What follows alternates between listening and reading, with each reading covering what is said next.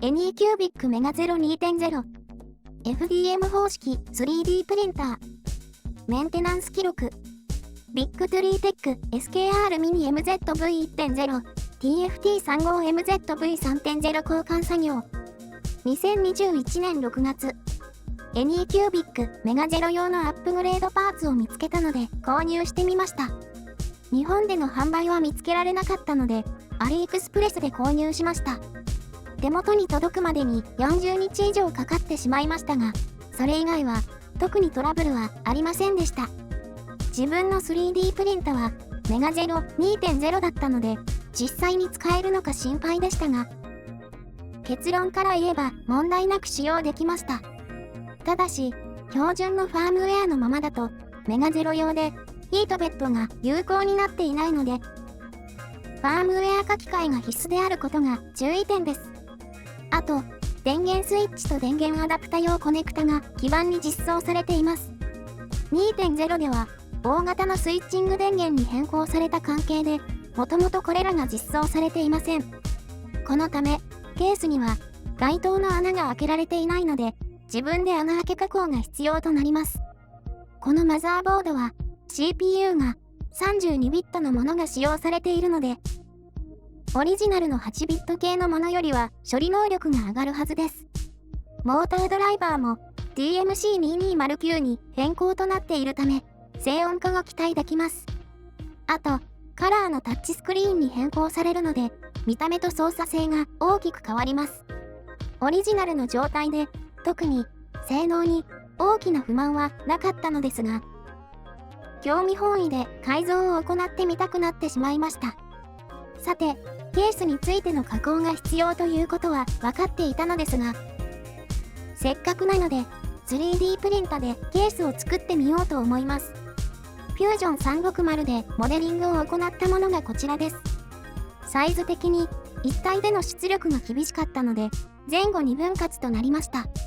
比較的単純な形なので、寸法さえ抑えれば、それほど難しい作業ではありません。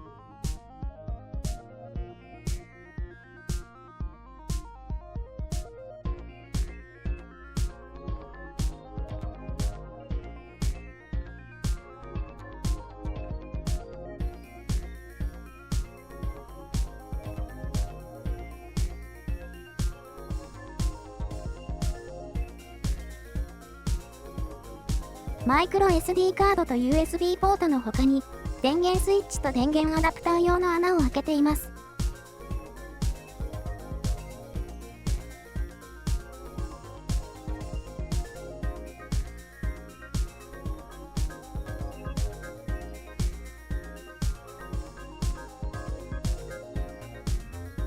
下書き線は面ごとのスケッチに分かれています。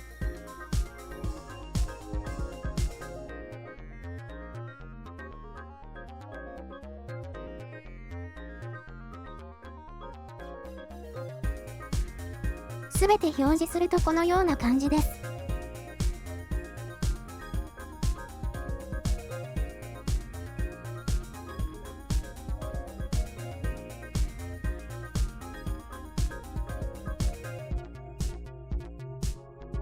フュージョン360の使い方にもだいぶ慣れてきました。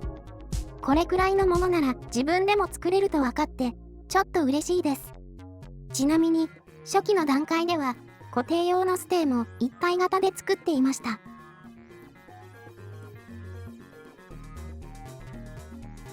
後で本体をばらした時にステーは金属のベースプレートと一体になっていることが判明して急遽切り落としました。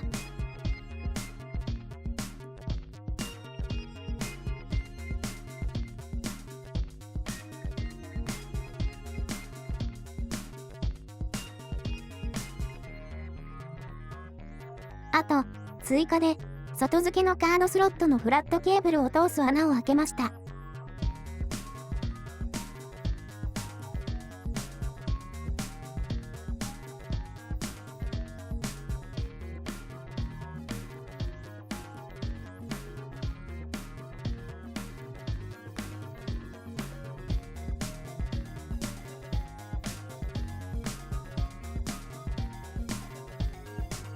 丸面取りを行ってモデルは完成です。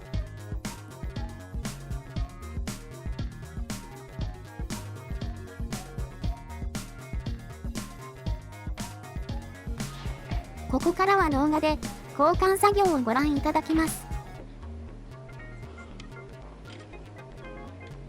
まずはオリジナルのコントロールユニットを外していきます。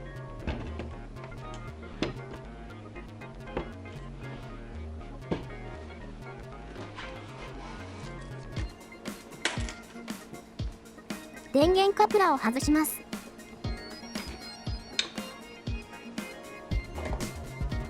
ケースを留めているボルトと T ナットを外します。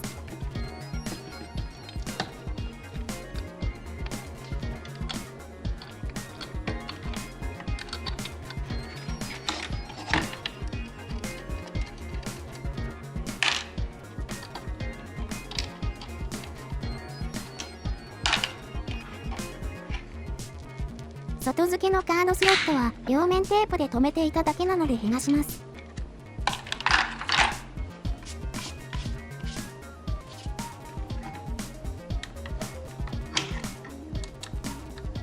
ベースプレートを外します。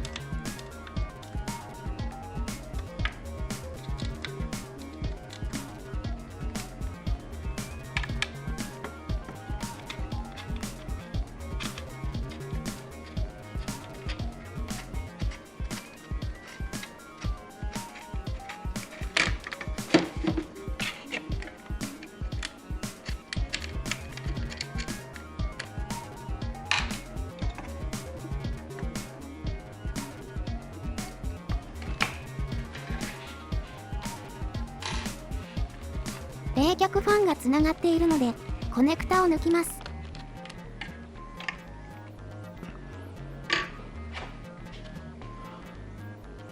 試作で印刷しておいたカバーをはめてみます。ベースより若干小さかったようですが、特に支障はないのでこのままのサイズとします。実はこの時に固定用のステーが不要であることに気づいたのでした。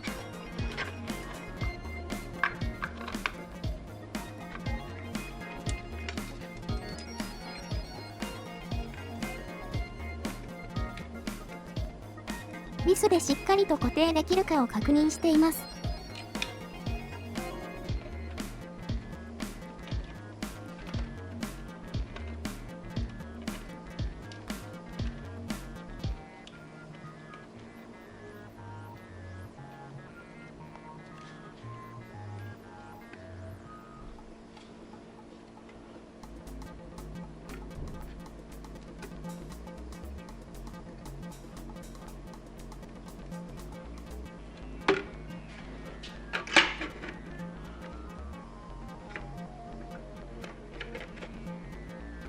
穴位置は問題なさそうです。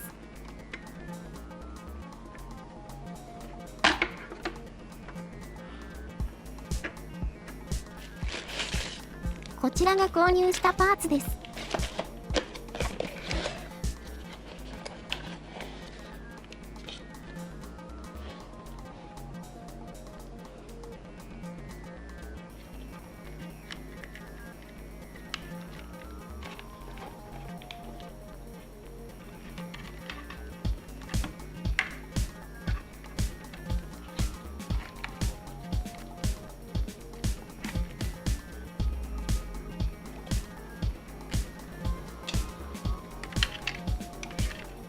マザーボードは同じサイズで、コネクタの位置や形状もほとんど同じです。メガゼロ 2.0 でも基本ケーブルの付け替えだけで済むようになっていました。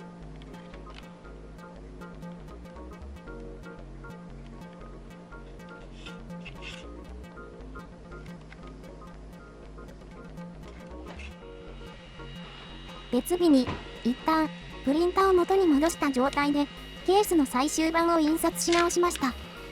フィラメントも変えてみました。普通黒色を選びそうですが、今回はあえて実験的に変えています。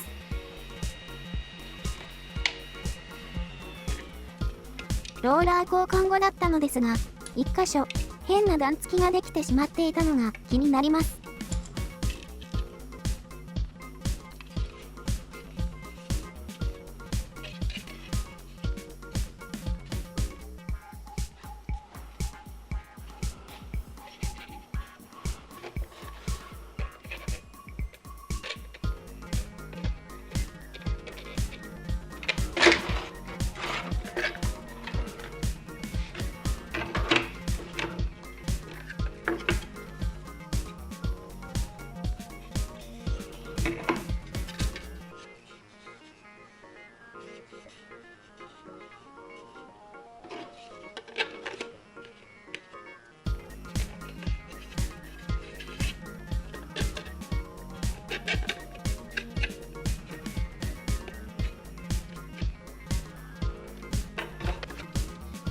分割部分をビスで固定します。4箇所穴を開けていましたが、上側は道具が入らないので、下側2箇所のみで固定です。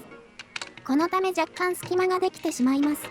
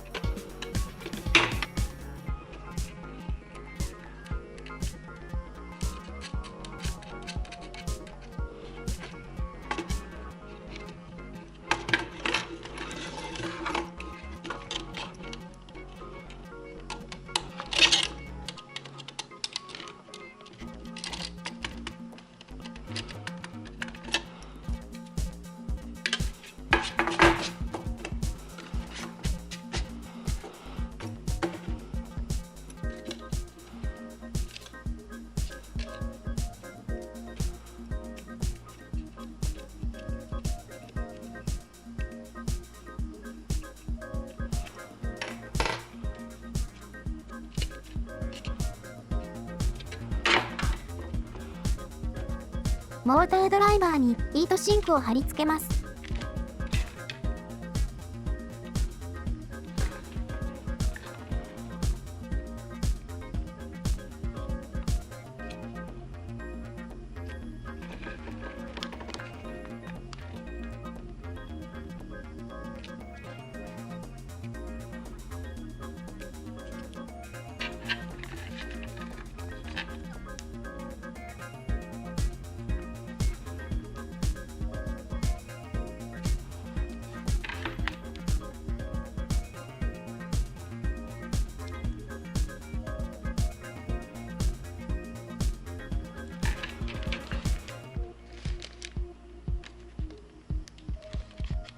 ネジ止めのターミナルをすぐに配線を差し込めるように準備しておきます。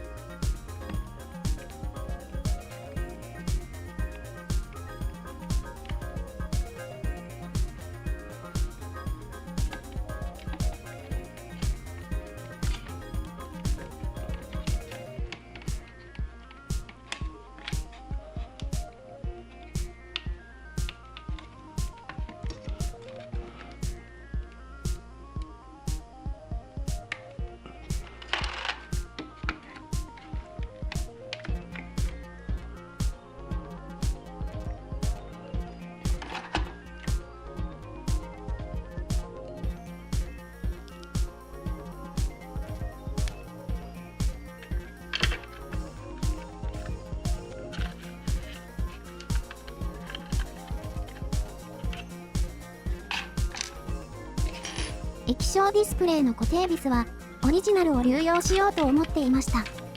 実際に固定しようとするとネジ穴が大きすぎて全く固定できませんでした。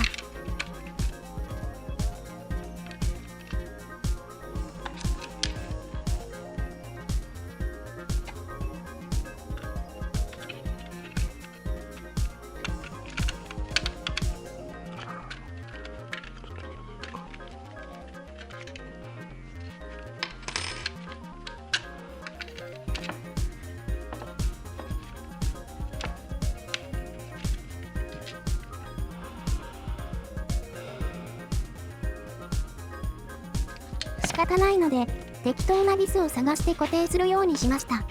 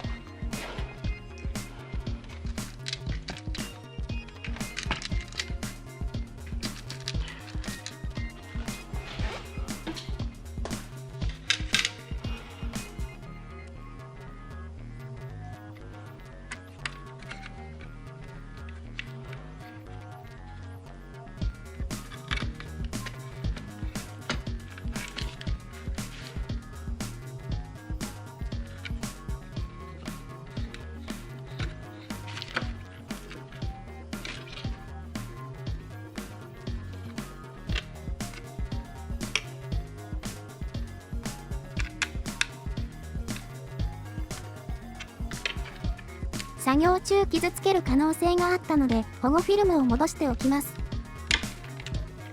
配線の移植を行っていきます。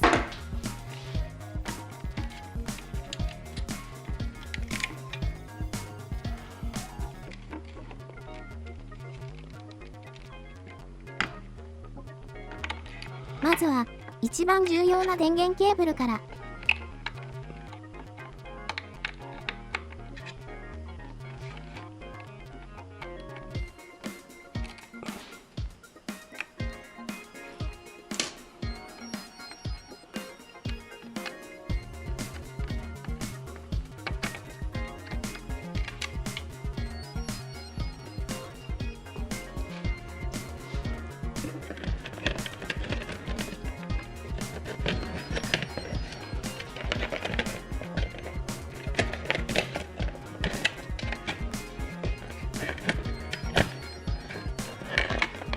念のためプラスマイナスが逆転していないかを再確認します。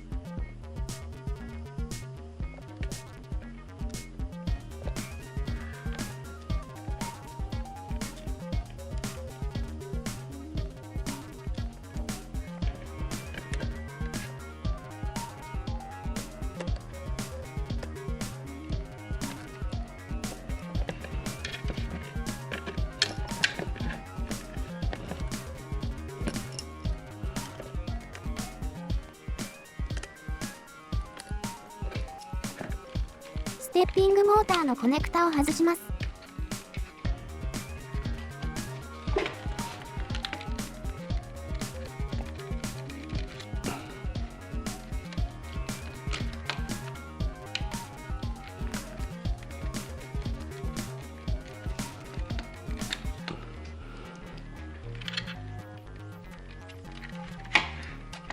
ある程度ケーブルがまとまっているので、作業順を考えながら進めていきます。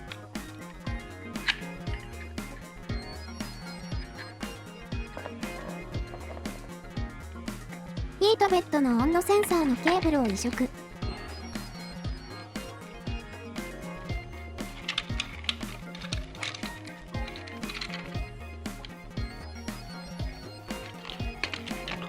これ引っ掛けがあって、オリジナルと同じ位置にコネクタをつなぐとダメです。この段階では気づいていないので、オリジナルに合わせてつないでいます。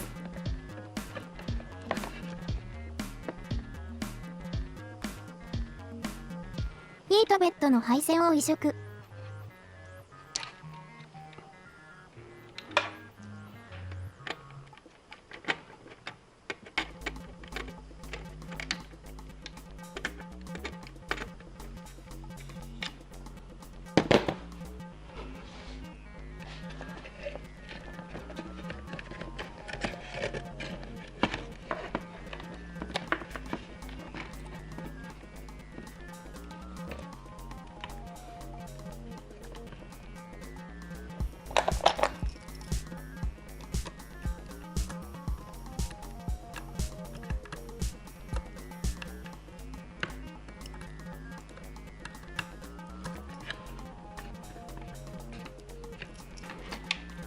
ホットエンドのサーミスタとクーリングファンとリミットスイッチを外していきます。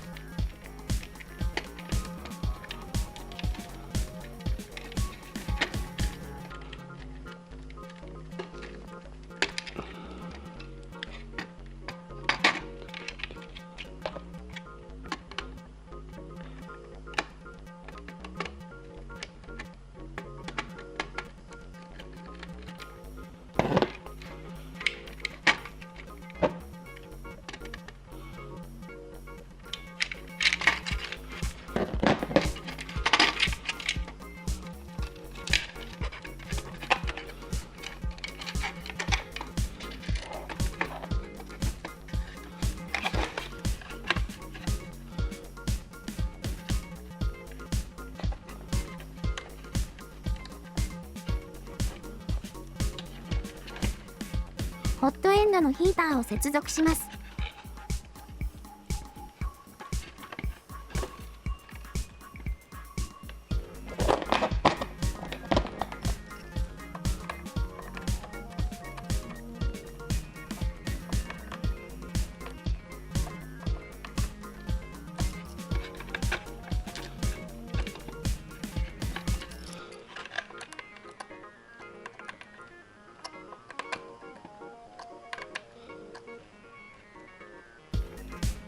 クーリングファンを接続します。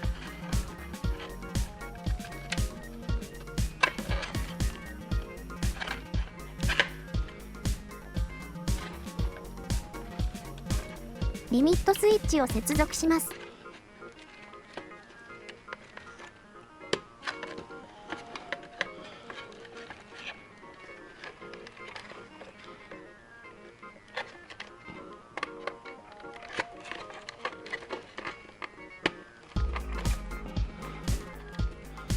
サーミスタを接続します。これも間違いにまだ気づいていません。本当は先ほどのヒートベッドのセンサーと入れ替えて接続する必要があります。残りのリミットスイッチを外します。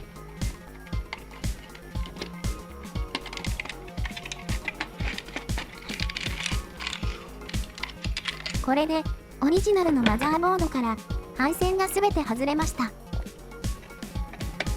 リミットスイッチを接続します。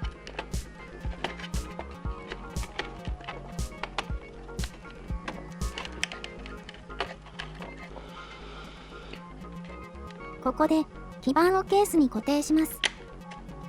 ビスは先ほどの液晶基板に使ったものと同じものを使用しました。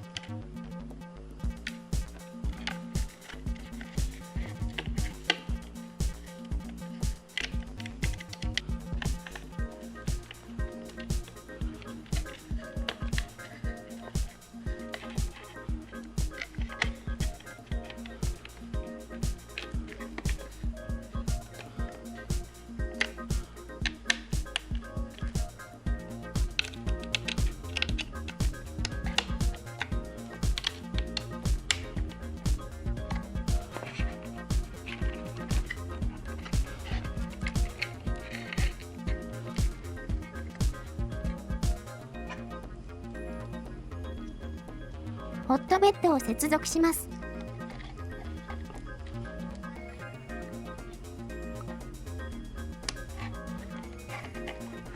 ステッピングモーターを接続します。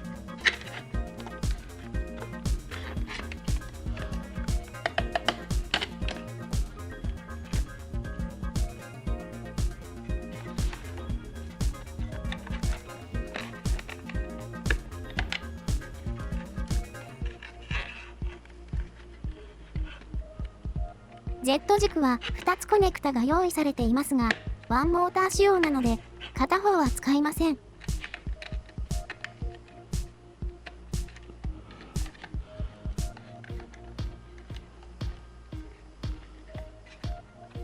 マザーボードからタッチスクリーン基板へ接続します。同じコネクタがいくつかあり、接続先を思い切り間違えています。2本とも間違えているので最悪です。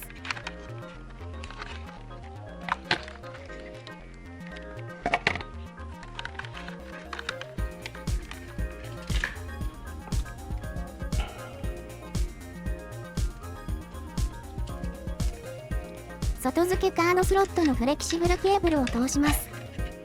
これのためにケースに専用の穴を用意しておきました。今までケーブルむき出しで使っていたので、これでだいぶスッキリとするはずです。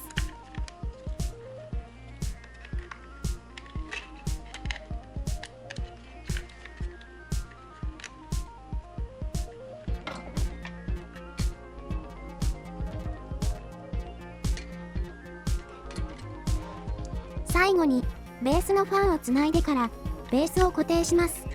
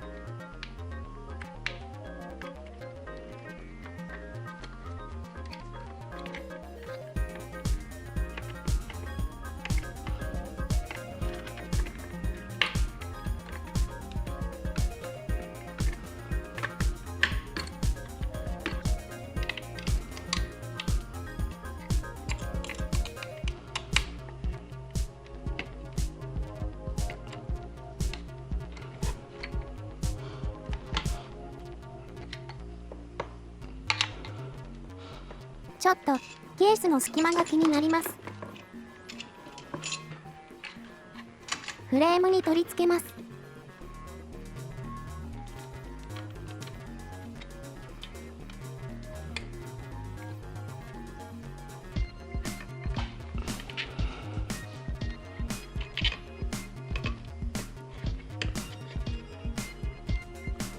電源コネクタを接続します。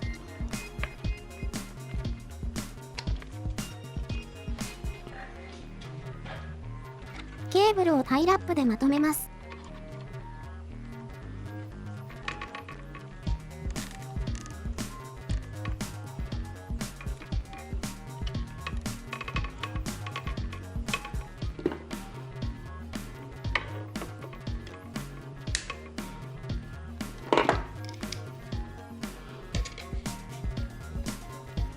ベースと灯し目で監視カメラのステーを取り付けます。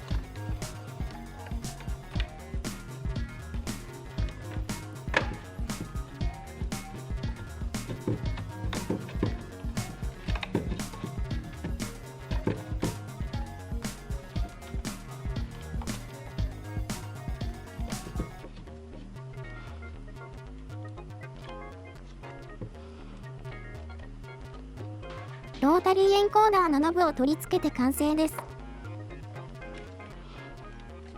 そして電源を投入。スイッチをオンにしたままだったらしく、ケーブルをつないだら電源が入ってしまいました。早速トラブルです。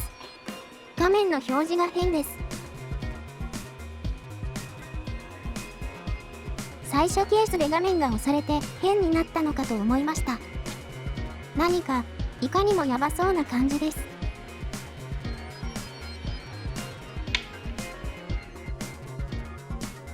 スイッチを入れ直しても症状は変わりません。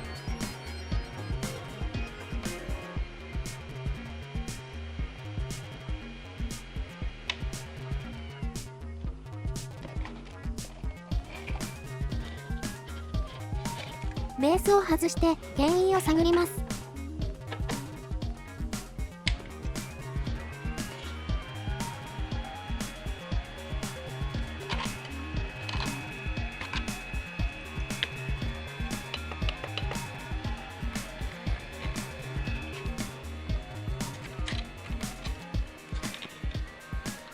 何かの接触不良かと思いましたが、そういうことではなさそうです。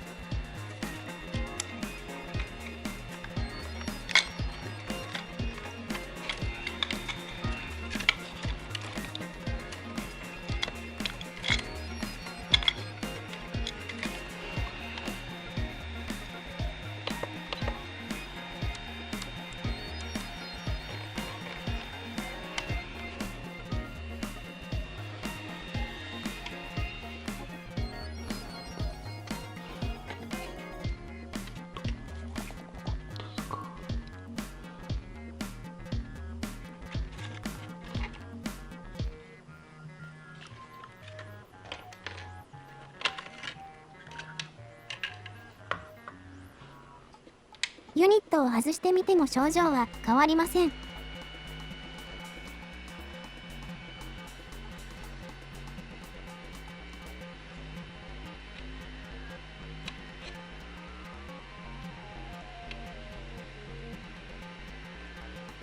試しにケーブルを抜いてみたら表示が治りました。マジかという気分です。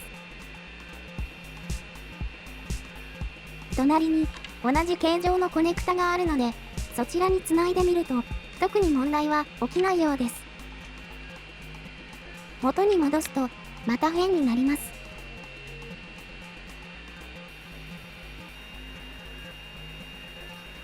もう一方のコネクタも付け替えてみました。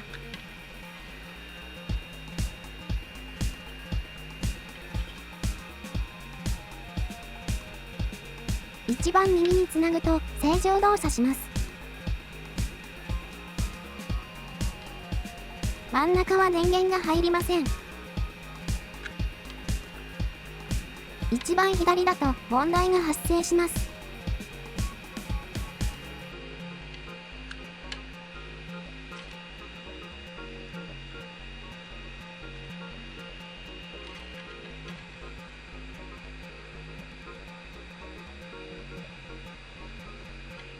後でよくよく調べたら、この状態が正解でした。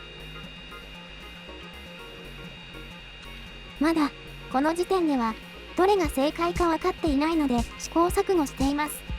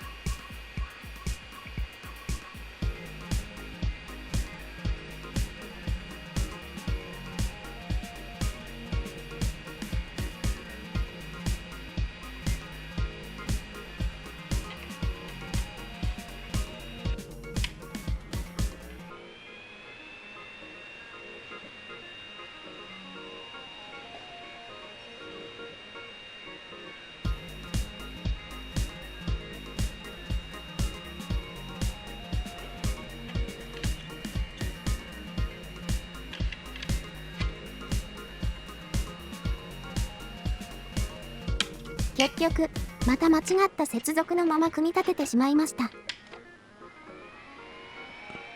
中途半端に動作するので紛らわしいです。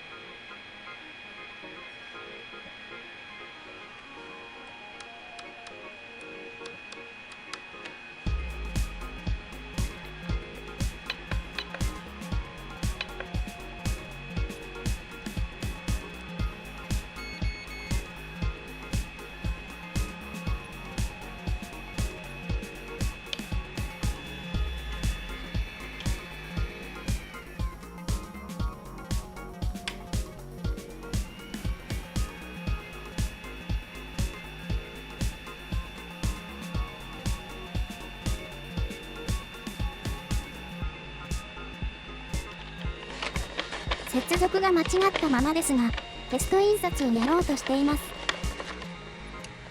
ペットのレベル調整は四隅で合わせるタイプです。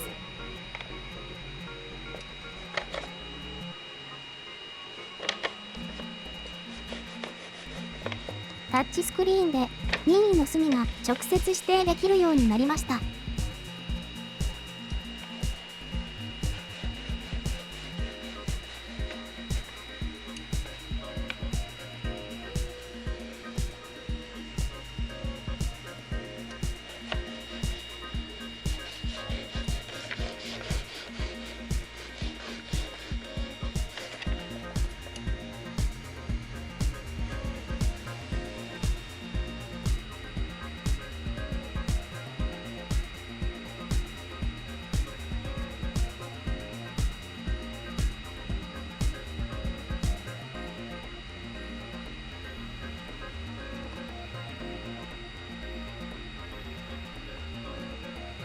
そして、プレヒートを行った時に異変に気づきました。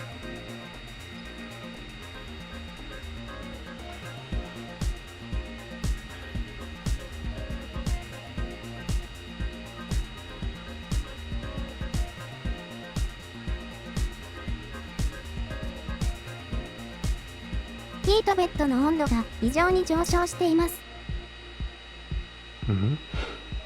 反対に、ノズルの温度はそれほどでもありません。即座にセンサーが逆と気づきました。慌ててクールダウンに切り替えました。そのまま気づかずにいると、ホットエンドのヒーターが焼き切れてしまいます。警告音が鳴りっぱなしです。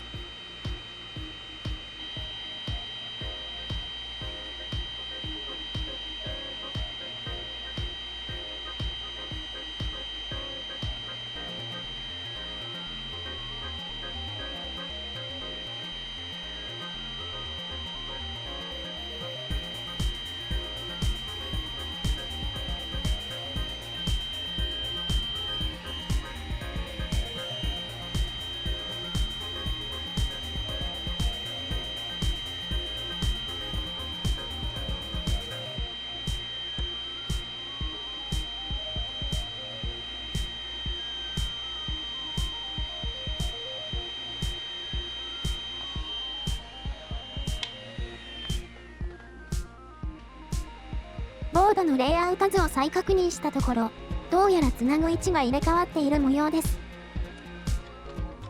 サーミスタのコネクタを入れ替えます。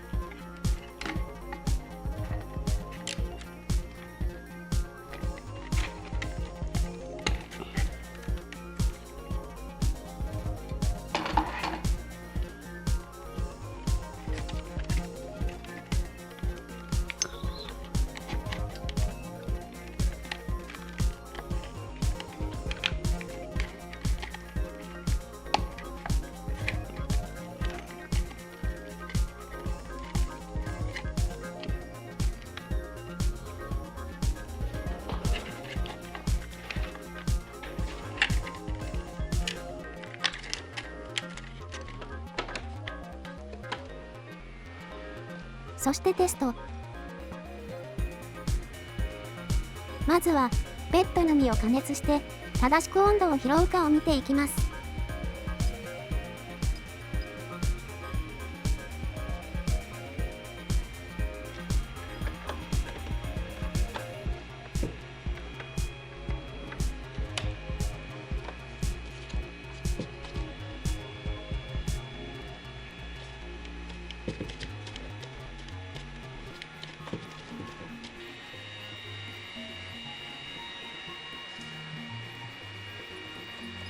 次に、ノズル側も正しく温度を拾えているかを見ていきます。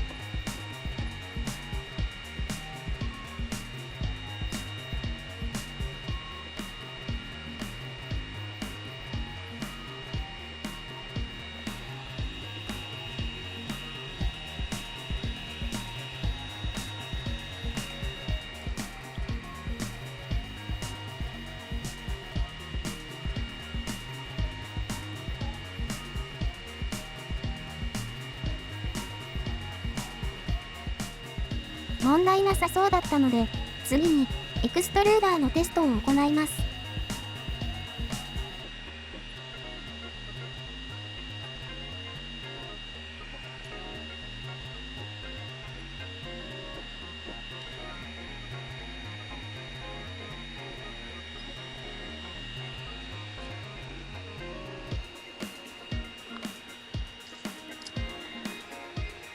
テストプリントを行います。一番左の TFT カードを選ぶと中身が見えません。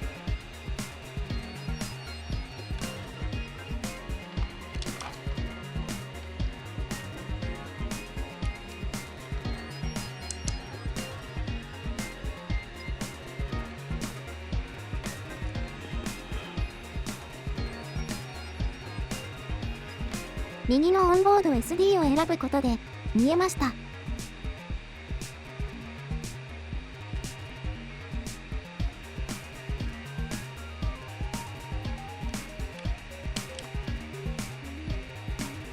ただし、ファイル名が 8.3 形式となって、元のファイル名が判別しにくい状態です。オリジナルはロングファイル名に対応していたので、ちょっと残念ポイントです。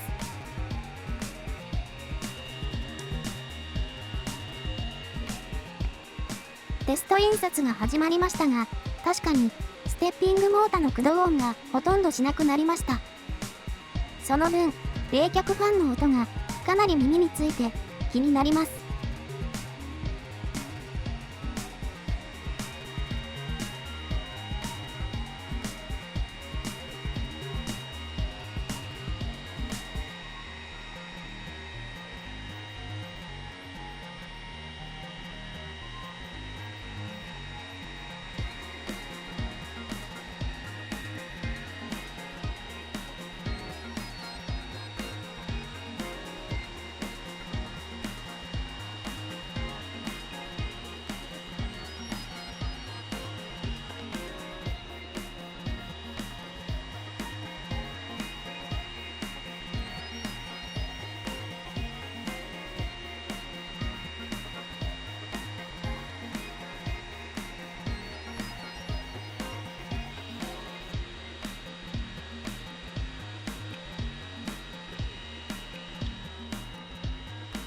ここまででうまく動作しているように見えたのですが、よくよく資料を読み返していたら、ケーブルの接続が間違っていることに気づきました。ということで、また配線のやり直しです。すでに何度やり直したかわからなくなっています。このコネクタの接続が間違っていて、一番右に接続しないとダメです。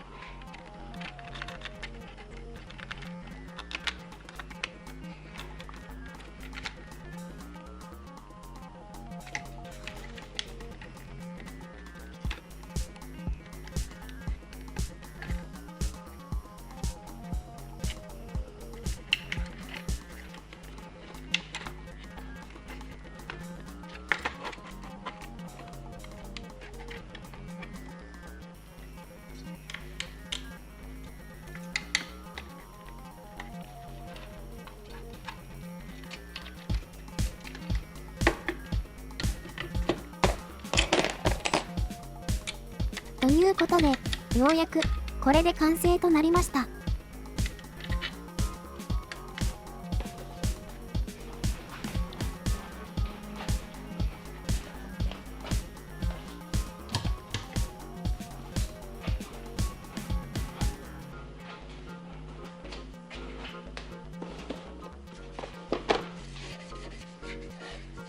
ちなみに、ケースがなぜ白なのかというと、実は、蓄光フィラメントというものを使ってみたかったからでした。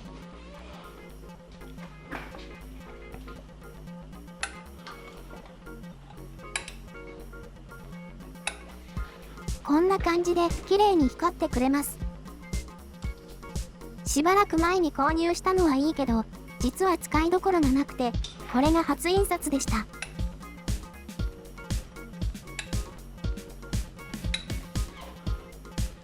せっかく本体を改造したので、マグネットビルドシートも綺麗なものに交換します。純正品ではなく、エンダーブランドのものを入手したのですが、マグネットの向きが90度異なっていました。ということで、出っ張りが引っかかるので余分をカットしてしまいます。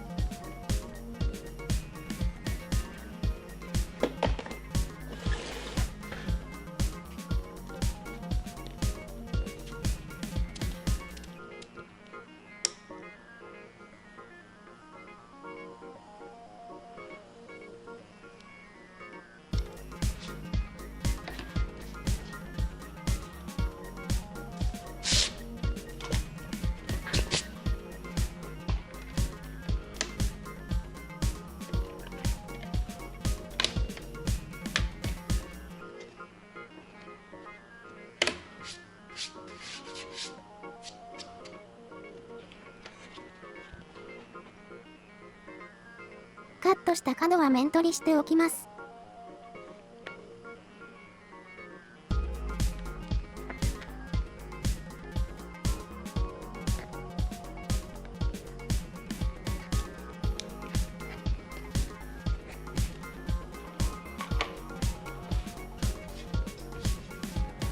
エンダーのロゴが横向きなのはちょっと残念ですが、印刷品質には関係ないので我慢します。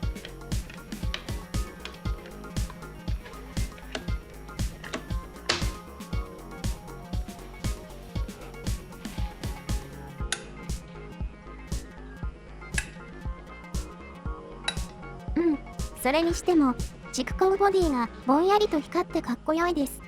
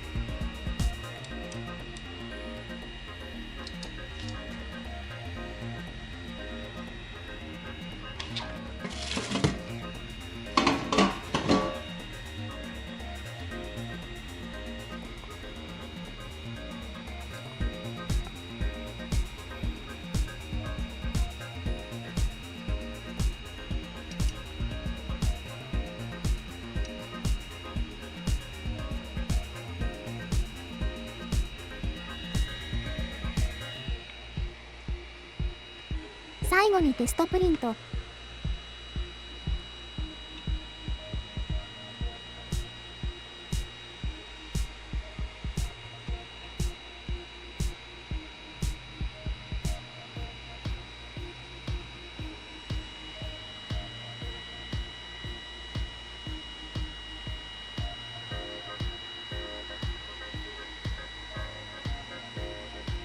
ビルドシートが新しくなったせいか、ベッドへの食いつきが良好です。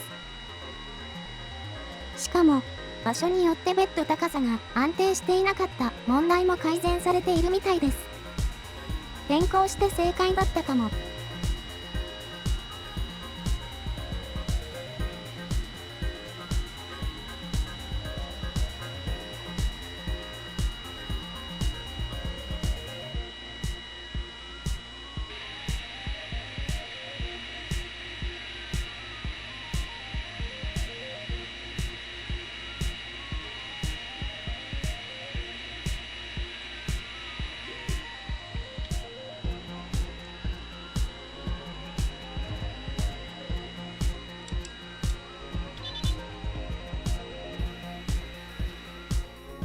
最後に、ファームウェアの書き換え作業について、触りだけ。基本的に、コンフィギュレーションファイルの設定をハードウェアに合わせて修正するだけです。今回のマザーボードのソースと、オリジナルのソースを入手して、ファイルを比較しながら修正を行っていきます。左が、今回のマザーボード用のファイルです。差分があるところに色がついているので、そこを中心に内容を確認し、必要に応じて修正を行います。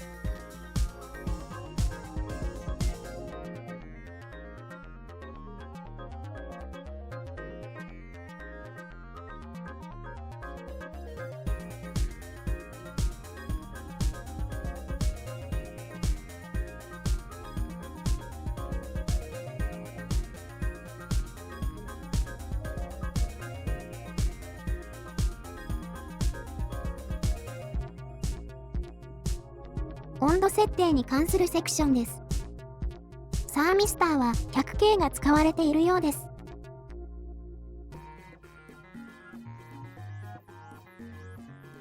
ヒートベッドの修正箇所はここです。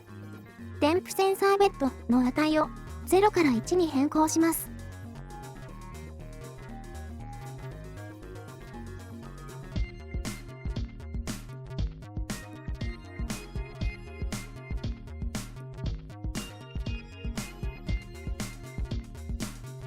ホットエンドの設定がオリジナルと異なっていたので、オリジナルの値を採用しました。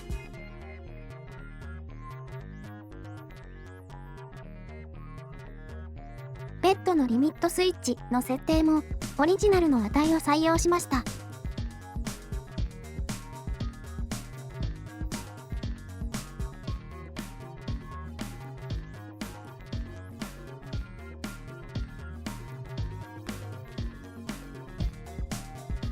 ステッピングモータードライバーは GMC2209 に変わっているので、設定は変更しません。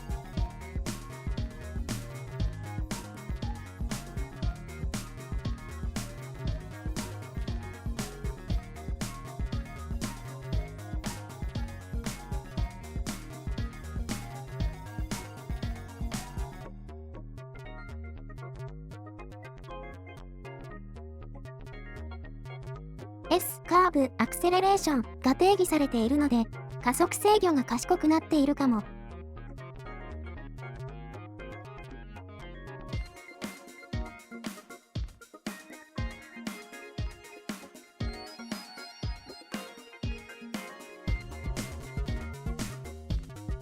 ベッドサイズとかはオリジナルと同じ値が設定されています。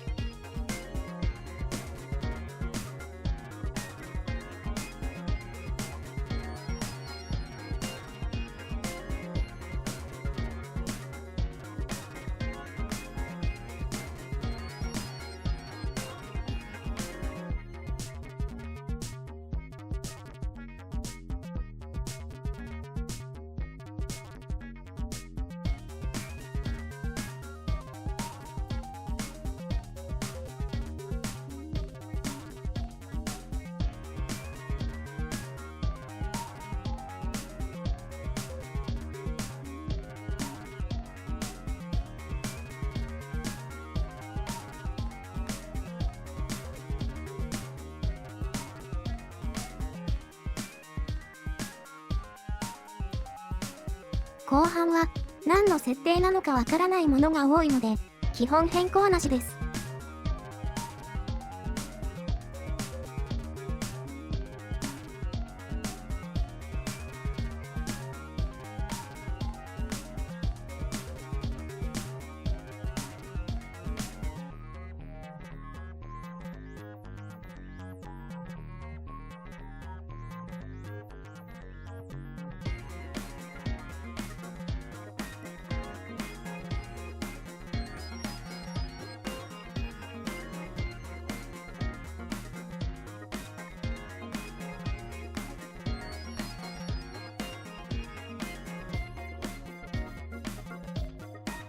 ファイルの修正が終わったら、ビジュアルスタジオコードでコンパイルを行います。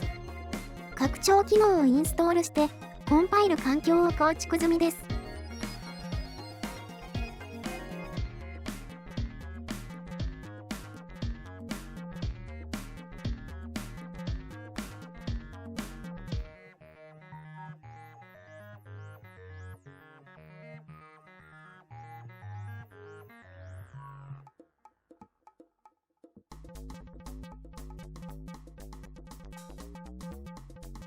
マーリンの自動ビルドツールを使ってビルドを行います。ターゲットの環境は STM32F103RC-BTT を選択しました。おそらく BTT はビッグトゥリーテックのことですね。最初どれを選べばいいのかわかりませんでしたが、一応これを選択してみたら動作しました。